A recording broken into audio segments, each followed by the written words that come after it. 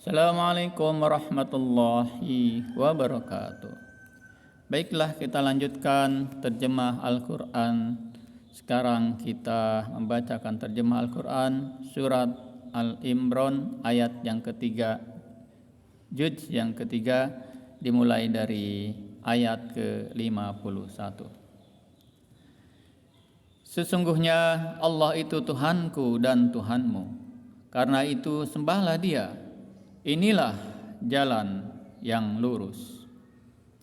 Maka ketika Isa merasakan keingkaran mereka, yaitu Bani Israel, dia berkata, "Siapakah yang akan menjadi penolongku untuk menegakkan agama Allah?"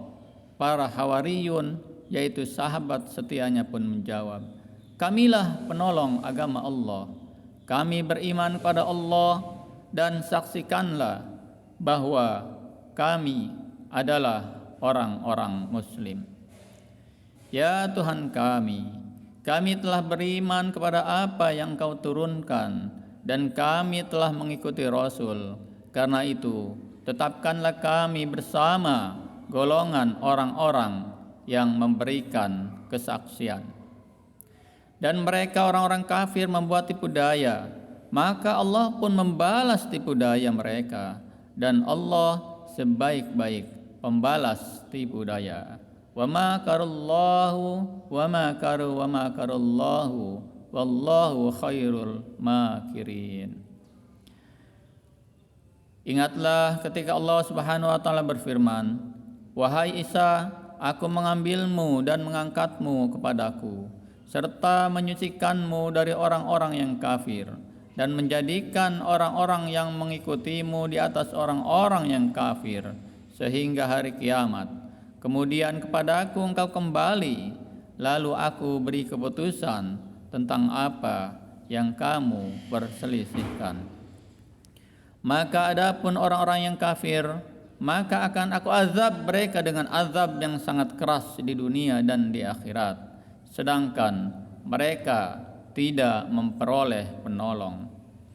Dan adapun orang-orang yang beriman dan melakukan kebajikan, maka Dia akan memberikan pahala kepada mereka dengan sempurna, dan Allah tidak menyukai orang-orang yang zalim. Demikianlah kami bacakan kepada Muhammad sebagian ayat-ayat dan peringatan yang penuh hikmah. Sesungguhnya perumpamaan penciptaan Isa bagi Allah seperti penciptaan Adam. Dia menciptakannya dari tanah, kemudian dia berkata kepadanya, "Jadilah," maka jadilah sesuatu itu. Kebenaran itu dari Tuhanmu. Karena itu janganlah engkau Muhammad termasuk orang-orang yang ragu.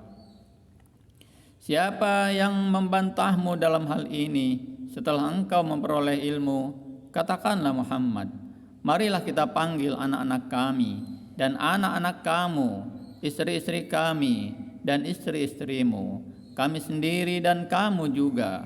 Kemudian marilah kita bermubahalah agar laknat Allah ditimpakan kepada orang-orang yang dusta. Sungguh ini adalah kisah yang benar.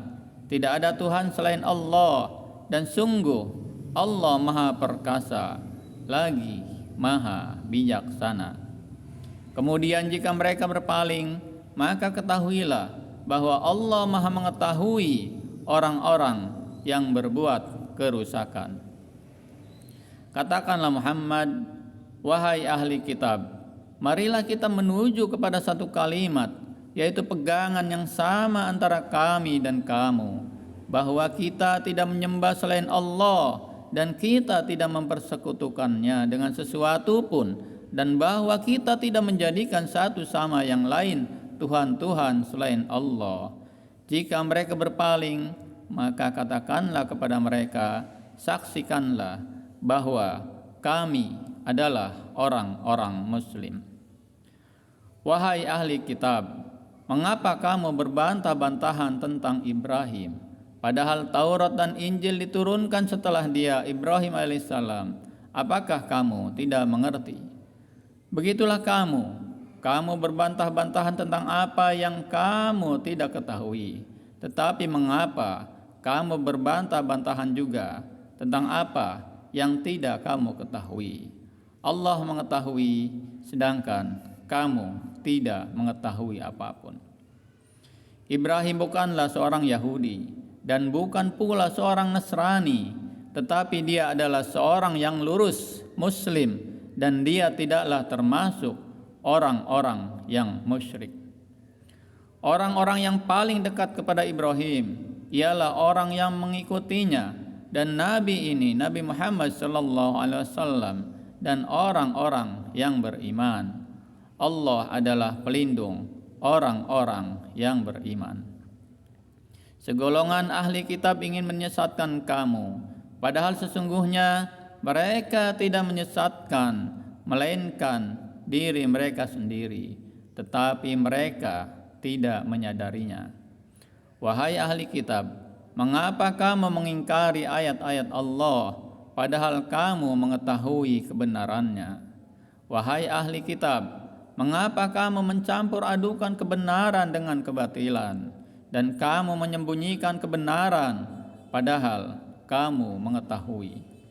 Dan segolongan ahli kitab berkata kepada sesamanya, berimanlah kamu kepada apa yang diturunkan kepada orang-orang beriman pada awal siang, dan ingkarilah di akhirnya, agar mereka kembali kepada kekafiran.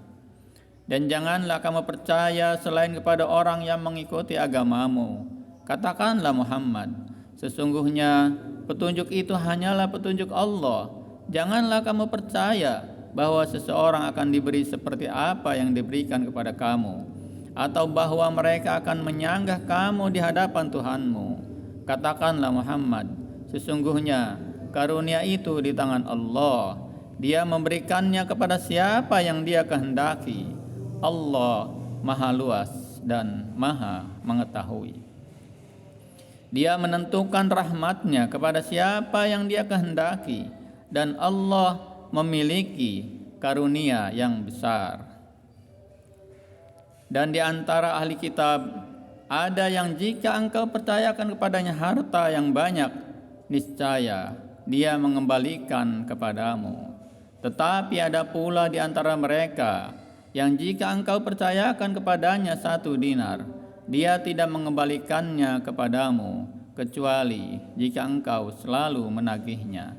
Yang demikian itu disebabkan mereka berkata, tidak ada dosa bagi kami terhadap orang-orang yang buta huruf.